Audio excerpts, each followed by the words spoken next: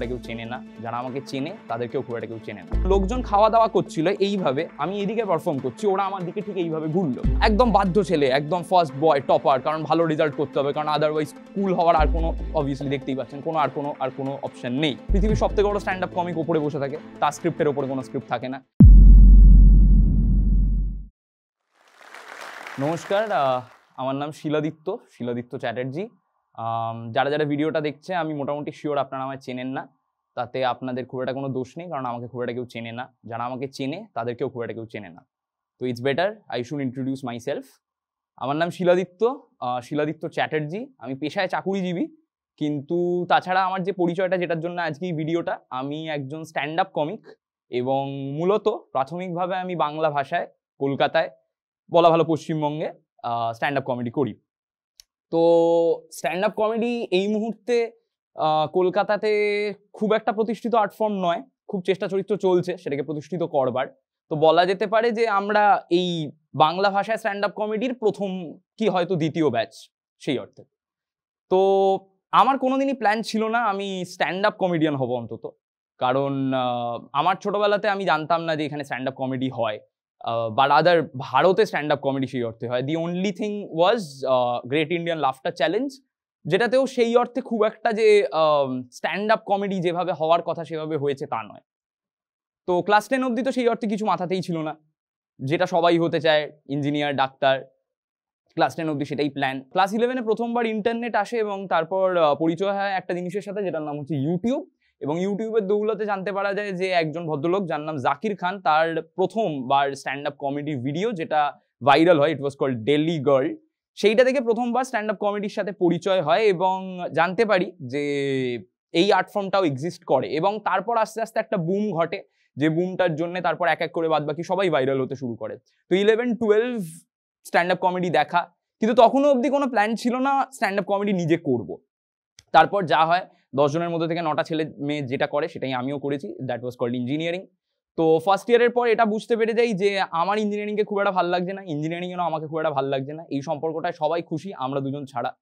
তো আমি বুঝতে পারলাম যে এবার ব্রেকআপ করতে হবে, কিন্তু আমি যেহেতু ভীতু মধ্যবিত্ত বাঙালি, তাই জন্য ব্রেকআপটা এত তাড়াতাড়ি তো করতে পারবো না, তো কিছু একটা করতে হবে অ্যাট দিস পয়েন্ট। তো engineering was very very understanding. আমরা মিউচুয়ালি ডিসাইড করি যে আর কদিন বাদে আমরা ব্যাপারটাকে ছেড়ে দেবো। তো তখন যাতে কোনো রকমে ইঞ্জিনিয়ারিং কলেজটায় যাতে যাওয়া যায়, অন্তত গিয়ে পড়াশোনাটা করা যায়, তার জন্য কিছু একটা খুঁজছিলাম। তো ইঞ্জিনিয়ারিংয়ের একটা জিনিস খুব ভালো, আমরা সেম ব্রেকটা বেশ বড় করে পাই। তো সেই সেমিস্টার ব্রেকে লোকজন ডিএসএলআর হাতে তুলে নেয়, কেউ গিটার নিয়ে নেয়, তো লোকজনদের প্রতি সেমিস্টারে প্যাশন পাল্টাতে থাকে। তো সেরকমভাবে আমিও প্রথমবার জানতে পারলাম যে একটা ইভেন্ট হয়, সেই ইভেন্টটাতে স্ট্যান্ড আপ কমেডি করা যাবে। এখানে একটা জিনিস বলে রাখা ভালো, যে যারা ভাবে যে স্ট্যান্ড আপ কমেডি করবার জন্য you have to be really funny, it's actually not, it's a myth. কারণ যদি সেটা হতো তাহলে আমি স্ট্যান্ড আপ কমেডি করতে পারতাম না, কারণ আমি ইন জেনারেল ফানি নই। আমার মনে হয় স্ট্যান্ড আপ কমেডির জন্য যেটা অ্যাকচুয়ালি দরকার, সেটা হচ্ছে you should be around with naturally funny people and you should remember them. তো আমি ফানি নই, আমার পাশাপাশি যারা থাকে তারা খুব ফানি, আমার শুধু স্মৃতিটা ভালো, আমি ওদের কাজকর্মগুলো মনে রাখি। তো এইটা ভেবে আমি আমার প্রথম ইভেন্টটায় যাই, which was an open mic. সেখানে গিয়ে আমি জীবনের প্রথম 5 মিনিটের ওপেন মাইক, সেখানে প্রথমবার 5 মিনিটের সেটটা পারফর্ম করি। যারা জানে না ওপেন মাইক কি, তাদের জন্য জাস্ট ছোট্ট করে একটা ব্রিফ দিয়ে দিই। যেখানে গিয়ে লোকজন প্রথমবার নিজেদের জোক ট্রাই করে এবং শোনানোর চেষ্টা করে লোককে হাসানোর। মোস্ট কেসেস লোকে হাসে না, তো আমিও সেটা ভেবেই গেছিলাম। জায়গাটার নাম ছিল ক্যাফে এইচ কিউ। তাদের লোকজন বসে খাওয়া দাওয়া করছে, নিজেদের মতো গল্প টল্প করছে। Everybody is focusing on the food and nobody is giving anything to the performer. তো আমার সেই অর্থে কোনো এক্সপেকটেশন ছিল না। আমি উঠলাম, গিয়ে আমার জীবনের প্রথম জোকটা বললাম, আর আমি জীবনে প্রথমবার রিয়েলাইজ করলাম যে কনফিডেন্ট হওয়া কাকে বলে। কারণ লোকজন খাওয়া দাওয়া করছিল এইভাবে, আমি এদিকে পারফর্ম করছি, ওরা আমার দিকে ঠিক এইভাবে ঘুরলো। আমি দেখলাম একসাথে এতগুলো মুখ প্রথমবার আমার দিকে তাকালো আমার কথা শুনবে বলে। And believe me, when you have a mic and people are laughing, people are smiling because of you, তার থেকে এই অনুভূতিটার জন্য, শুধু এই অনুভূতিটাকে বাঁচবার জন্য বেঁচে থাকা যায়। যারা জীবনে কোনোদিন এই অনুভূতিটা ফিল করেছে তারা জানে যে শুধু এইটাকে বাঁচবার জন্য বেঁচে থাকা যায়। তো সেখান থেকে আমি বেরোলাম, আমার একটা বন্ধু, স্কুলের বন্ধু আমার সাথে ছিল। আমি বেরোতে একটা জিনিস রিয়েলাইজ করলাম যে আমি জীবনে কি হতে চাই আমি এখনো জানি না, কোনোদিন জানতে পারবো কিনা তাও জানি না, কিন্তু আমি এটুকু খুব ভালো করে জানি যে এই জিনিসটা আমাকে চালিয়ে যেতে হবে, because this feeling I want, কারণ ওই 5 মিনিটের জন্য আমার লাইফের আমি সব থেকে কনফিডেন্ট ছেলে ছিলাম। যে ছেলেটা নাকি স্কুলে লোকজনের মোটামুটি কথাবার্তার ওপরে উঁচু গলায় কথা বলতে পারতো না, একদম বাধ্য ছেলে, একদম ফার্স্ট বয় টপার, কারণ ভালো রেজাল্ট করতে হবে, কারণ আদারওয়াইজ স্কুল হওয়ার আর কোনো, অবভিয়াসলি দেখতেই পাচ্ছেন, আর কোনো অপশন নেই। খেলাধুলায় ভালো ছিলাম না। তো সেই ছেলেটা যখন প্রথমবার নিজেকে কনফিডেন্ট ফিল করলো, দেন আই রিয়েলাইজ যে okay, I have to do this.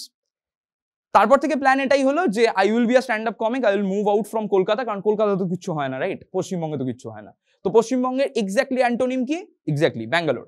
তো আমি ডিসাইড করলাম যে ব্যাঙ্গালোর যাবো, ওখানে গিয়ে হিন্দিতে স্ট্যান্ড আপ কমেডি পারফর্ম করবো। তো 2020 নাগাদ ইঞ্জিনিয়ারিং শেষ হলো, এবং as I said, engineering was really a good partner. আমাকে আমার লাইফের প্রথম চাকরিটা ইঞ্জিনিয়ারিং এর জন্য আমি পেলাম। অ্যান্ড আই রিয়েলাইজ যে আমার পোস্টিং হতে চলেছে চেন্নাইতে। So I decided, okay fine, চেন্নাইতে যাব, উইকেন্ডে ব্যাঙ্গালোরে ট্রাভেল করবো, ওখানে গিয়ে ওপেন মাইকস করবো, কমেডি করবো, এবং কমেডি হিন্দিতেই করবো। 2 বছর আমি 2018 অনওয়ার্ডস, 2018 থেকে 2020 আমি হিন্দিতেই কমেডি করেছি, কলকাতাতেই করেছি। মানে বাঙালিরাই আসতো, কিন্তু তাদের সামনে আমি হিন্দিতেই পারফর্ম করতাম, কারণ তখনও অবধি সো কল্ড কোনো বাঙালি স্ট্যান্ড আপ কমিক ছিল না মার্কেটে। তো সেটাই ডিসাইডেড। দেন এক্স্যাক্টলি পৃথিবীর সব থেকে বড় স্ট্যান্ড আপ কমিক ওপরে বসে থাকে, তার স্ক্রিপ্টের ওপরে কোনো স্ক্রিপ্ট থাকে না। And then he made the biggest joke of the century, which was Covid. তো সবাই বাড়িতে বসে গেল, আমার জোক লেখা, আমার সেট লেখা সব বন্ধ হয়ে গেল। অ্যান্ড আই রিয়েলাইজ যে আমাকে সারা জীবন এইবারে এখানেই থাকতে হবে, ওয়ার্ক ফ্রম হোম করতে হবে, তাহলে এবার কি করবো? 2020 কোনো কমেডি নেই। আমি রিয়েলাইজ করলাম যে এবার আর বোধহয় আমার দ্বারা জোক লেখা হবে না। I have forgot what I use to do. 2021-এ একটা দল, সেই দলটার নাম নিতেই হবে, কারণ ওরা না থাকলে হয়তো আজকে এখানে আমি থাকতাম না, বাংলা ভাষায় স্ট্যান্ড আপ করতাম না। দলটার নাম হচ্ছে রয়্যাল বেঙ্গল কমেডি, এখনো এক্সিস্ট করে।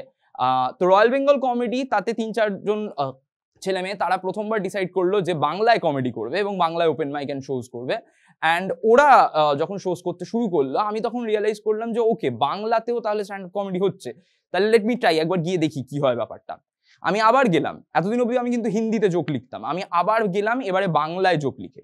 তো I am starting from the scratch again, গিয়ে আমি বাংলায় পারফর্ম করলাম। অ্যান্ড এক্স্যাক্টলি ওই ফিলিংটাই, যেটা প্রথমবার ওপেন মাইকে ক্যাফে এইচকিউতে হয়েছিল, যে ফিলিংটা হারিয়ে গেছিল 2020-তে, সেই ফিলিংটা আবার ফেরত এলো। অ্যান্ড তখন আমি রিয়েলাইজ করলাম যে বস, that person whoever is there, ওই স্ট্যান্ড আপ কমিকটা স্ক্রিপ্টে এখনো পাঞ্চলাইন্স আছে, তো কিছু একটা কারণের জন্যই আমাকে হয়তো এখানে রেখেছে। তো তখন আমি রিয়েলাইজ করলাম যে বাঙালিদেরকে বাংলায় জোক শোনানো এর থেকে ভালো আর কি হতে পারে। দেন আই ডিসাইডেড যে let's give it a try. তো তারপর 2021 অনওয়ার্ডস আমি এখানে থেকে গেলাম, রয়্যাল বেঙ্গল কমেডির সাথে অ্যাসোসিয়েটেড হলাম, আর আমরা শোজ করতাম। 2021 চললো, 2022-এ আমি গ্রুপটা ছেড়ে দিলাম, কারণ আমি নিজের মতো করে কন্ট্রিবিউট করতে পারছিলাম না, I wanted to B independent. আমি এবং আমার এক বন্ধু স্বর্ণদীপ বালা, আমরা নিজেরা আলাদা করে শোজ করতে শুরু করলাম। অ্যান্ড এখন লোকজন টিকিট কেটে শো দেখতে আসে, যেখানে আমরা বাংলায় স্ট্যান্ড আপ কমেডি করি। লোকজন আমাদের ভিডিওস দেখে, যেখানে প্রাইমারিলি আমরা বাংলাতে কথা বলি। তো যারা যারা ভিডিওটা দেখছে, যদি কোনো ছেলে, আমি জানি না সে কোথায় আছে, সে যে কোনো জেলায় থাকতে পারে, অনেকের সাথে কথা হয়, মুর্শিদাবাদ, মেদিনীপুর, তারা বলে যে দাদা কিভাবে শুরু করব, কি করব, হেন তেন। যারা যারা এই ভিডিওটা দেখছেন, আমি সত্যিই জানি না কিভাবে শুরু করতে হয়, আমি সত্যিই জানি না কিভাবে জোক লিখতে হয়, তার কারণ আমরা সবাই এখনো খুঁজেই বেড়াচ্ছি, আমরা সবাই শিখছি। কিন্তু একটা জিনিস যেটা আমি জানি, সেটা ইজ ফর শিওর, সেটা হচ্ছে যে যদি সত্যিই মনে হয় যে গল্প বলাটা দরকার, তাহলে জাস্ট বলে দাও, ডাজন্ট ম্যাটার। ল্যাঙ্গুয়েজ কোনোদিন ব্যারিয়ার ছিল না, সেটা জাকির খান প্রুফ করেছে, সেটা আমরা প্রুফ করার চেষ্টা করছি, এবং আমরা চেষ্টাটা চালিয়ে যাব। তো যখনই মনে হবে যে সত্যি তোমার কাছে কোনো গল্প আছে যেটা তুমি মজার ছলে লোককে বলতে পারবে, তাহলে আবার ওই যে কথাটা দিয়ে শুরু করেছিলাম, যে যখন হাতে মাইক নেবে এবং তোমার হাতে মাইক নিয়ে তোমার গল্পটা শুনে কেউ একজন হাসবে, বিলিভ মি, ওই অনুভূতিটাকে বারবার বাঁচবার জন্য বেঁচে থাকা যায়। That's been time guys, you have been a lovely audience, my name is Siladitya.